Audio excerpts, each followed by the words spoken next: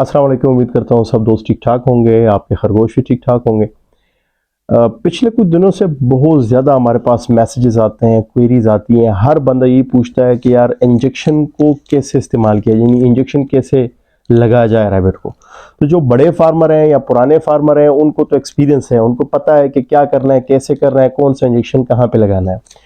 जो नए दोस्त हैं अक्सर उनको बड़ी प्रॉब्लम होती है और वो कम से कम दिन में 40-50 बंदी की भी इस तरह क्वेरीज आ जाती हैं, जो हमारे लिए भी बड़ा अनोइंग होता है और हम चाहते हैं कि उनको जवाब दें, लेकिन सम टाइम उनके लिए इतना वक्त देना जो है उनको पॉसिबल नहीं होता उसके लिए। बहरहाल सबसे पहली बात तो ये कि कोई भी इंजेक्शन जब आप इस्तेमाल करते हैं तो इंजेक्शन के ऊपर आप चेक करें कि उसके ऊपर लिखा होगा रूट ऑफ एडमिनिस्ट्रेशन, या सिंपल वहां पे लिखा होगा IM, रूट लिखा होगा, IM लिखा होगा, या /SC यानी सबकटीनियस, या फिर IV इंट्रावीनस यानी वो रग में जो इंजेक्शन लगाया जाता है। तो जो गोश में यानी जहां पे IM लिखा हो, इंट्रामस्कुलर लिखा हो, तो वो आपने बैक लेग्स पे यानी यहां पे ये जो रैबिट की रान होती है यहां पे वो इंजेक्शन आपने इस्तेमाल करना है। ठीक है जी। नंबर 2, इसमें ये भी सीखना थोड़ा ज़रूरी है, साथ में लिखा होता है विड्रॉल पीरियड, यानी कि अगर आपने इंजेक्शन इसके जिस्म में डाल दिया, यानी इसको इस्तेमाल करवा दिया, तो कितने दिनों तक आप इसका गोश्त या फिर दूध इस्तेमाल नहीं कर सकते, वरना तो ऑटोमेटिकली ना चाहते हुए भी वो जो एंटीबायोटिक है वो ऑटोमेटिकली आपके जिस्म में भी जा सकते हैं, जिसकी वजह से अक्सर इंसानों में ये मुख्तलिफ मेडिसिन को लेकर उसके खिलाफ रेजिस्टेंस भी इसी वजह से आता है कि ना चाहते हुए भी वो बहुत सारा एंटीबायोटिक जो है वो इनटेक में ले लेते हैं। अच्छा, सबसे पहले हम बात करते हैं जनाब, इसके ऊपर लिखा हुआ है IM इंट्रामस्कुलर, ठीक है जी, और साथ में लिखा हुआ है SC, यानी ये सबकटीनस के तौर पर भी इस्तेमाल हो सकता है और इंट्रामस्कुलर के तौर पर भी इस्तेमाल हो सकता है, जैसे आपके लिए आसानी हो।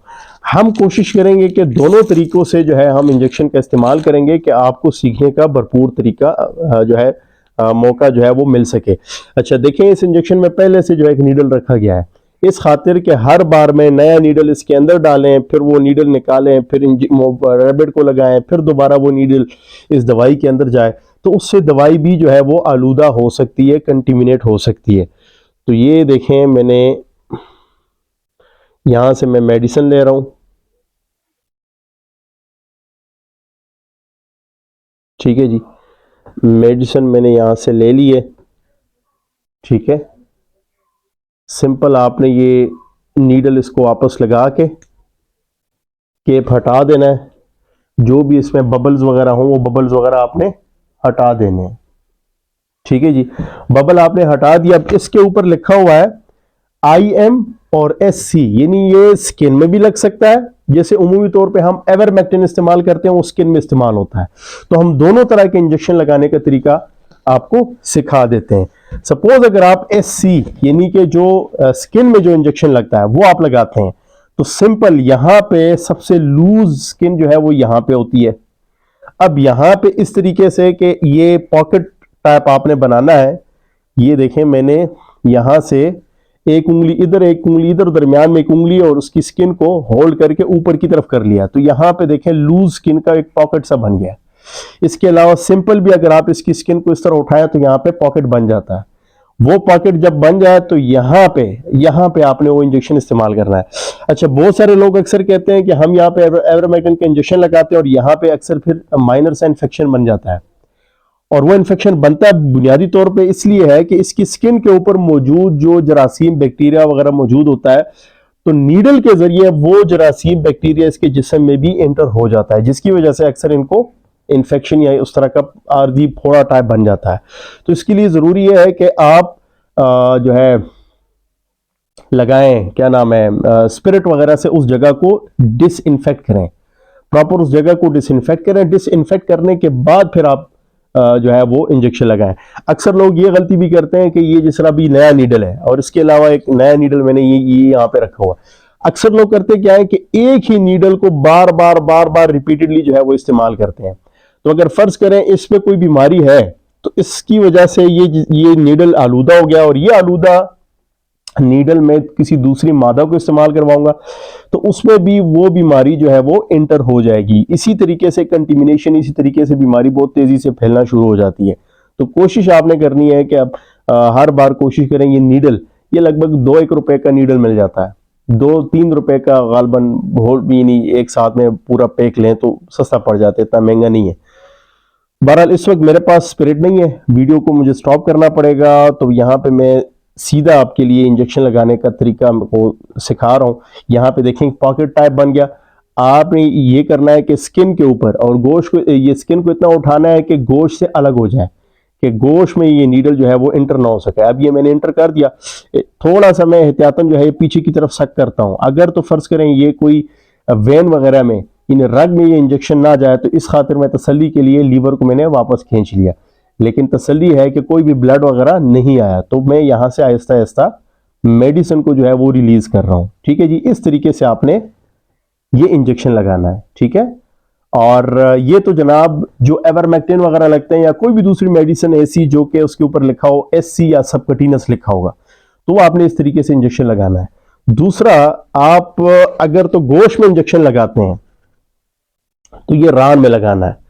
रान में इंजेक्शन लगाने का तरीका यह है कि वही तरीका कि यहाँ पे पहले इस जगह को थोड़ा सा डिसइंफेक्ट करें स्पिरिट वगैरह के साथ, फिर आपने ये नीडल इस्तेमाल करना है।